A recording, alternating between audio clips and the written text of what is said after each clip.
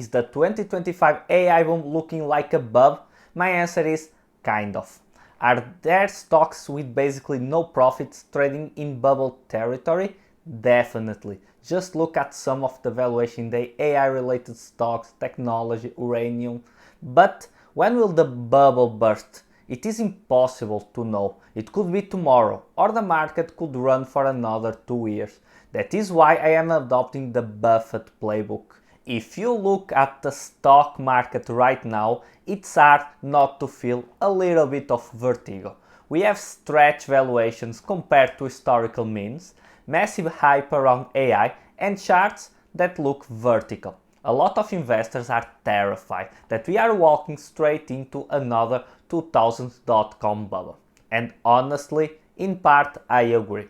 There are sectors of this economy that are in absolutely bubble territory. But here is the problem. I don't believe holding cash on the sideline is a good option either. Not when inflation is still sticky around 3% and not when the Fed is cutting rates and injecting liquidity back into the system. Cash is a guaranteed loss purchasing power right now. So, if you are like me, afraid of paying too much for high-flying AI stocks but unwilling to sit out the game, you need a different playbook. In this video, we aren't chasing hype. We are going to break down the exact strategy Warren Buffett used during the peak of the dot-com bubble to crush the market while everyone else was losing their shirts. I'm going to show you how to find undervalued opportunities, focus on fundamentals, and find the arms dealers of this market. If you want to find the best investment opportunities without the hype, make sure to hit that subscribe button right now. Let's get into the fundamentals. To understand where we are going, we have to look at where we have been. The late 90s were a wild time. It was the birth of the new economy. The internet was going to change everything, and it did. But the valuation detached from reality. Are you seeing the similarities? Companies with zero earnings were trading at 100 times revenue. If you weren't buying tech in the 1999s, you looked like an idiot. The Nasdaq rose 86% in a single year. Imagine that. Your neighbor was doubling his money buying companies that sold nothing, while prudent investors were being left in the dust. But we know how that story ended. When the bubble burst, the Nasdaq fell nearly 80%.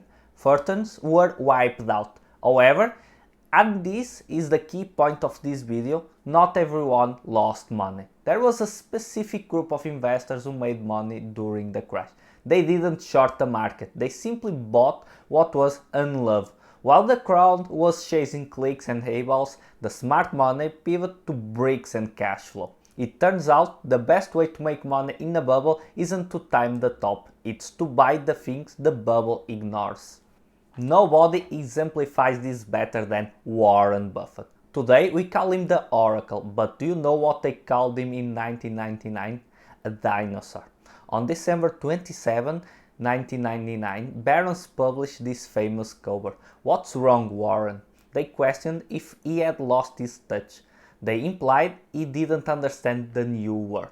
And the pressure was immense. In 1999, while the Nasdaq was up 86%, Berkshire Hathaway stock dropped 20%. It was his worst relative performance ever. Imagine running a fund and underperforming the market by over 100% in a single year.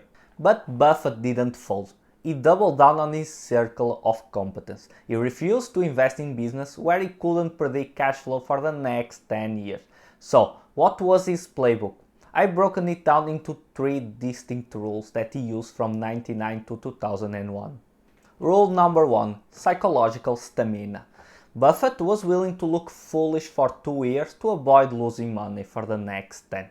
He didn't chase FOMO. He accepted the criticism because he knew the math didn't add up. And rule number 2, capital allocation shift. While the market was buying virtual companies, Buffett used this cash to acquire entire companies that made physical products. He bought businesses that made bricks, paint, carpets, and furniture.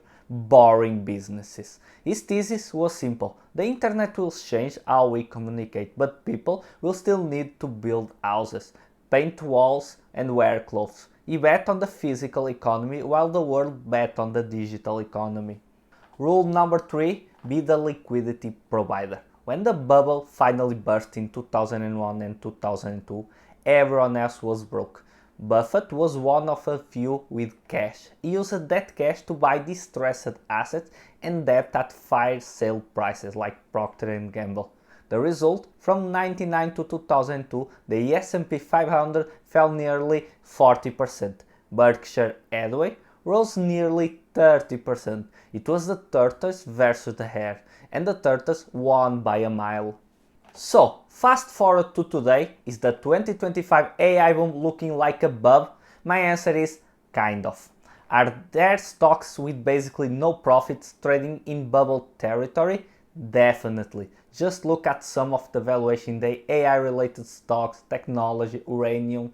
But when will the bubble burst? It is impossible to know. It could be tomorrow, or the market could run for another 2 years. That is why I am adopting the Buffett Playbook.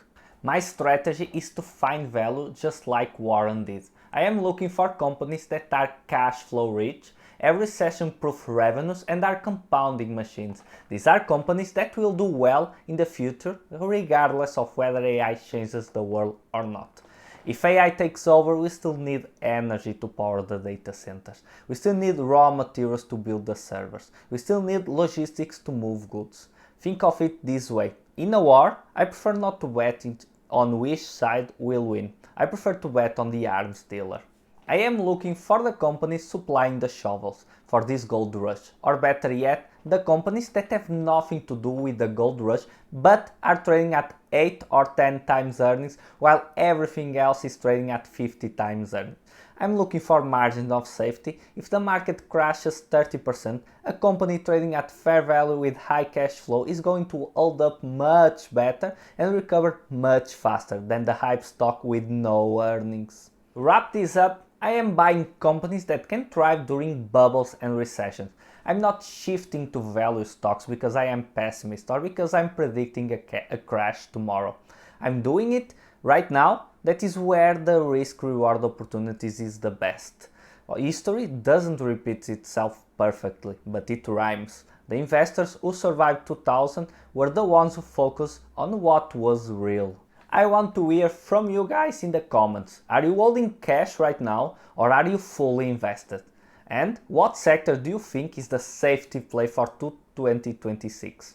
If you enjoyed this analysis and want to see exactly which stocks I'm adding to my portfolio based on this strategy, watch my top 5 value stocks at the moment and please subscribe to the channel and turn on notification. I'll see you in the next video. This video is for informational purpose only and should not be considered financial advice. Always conduct your own research and consult with a qualified financial advisor before making any investment decision.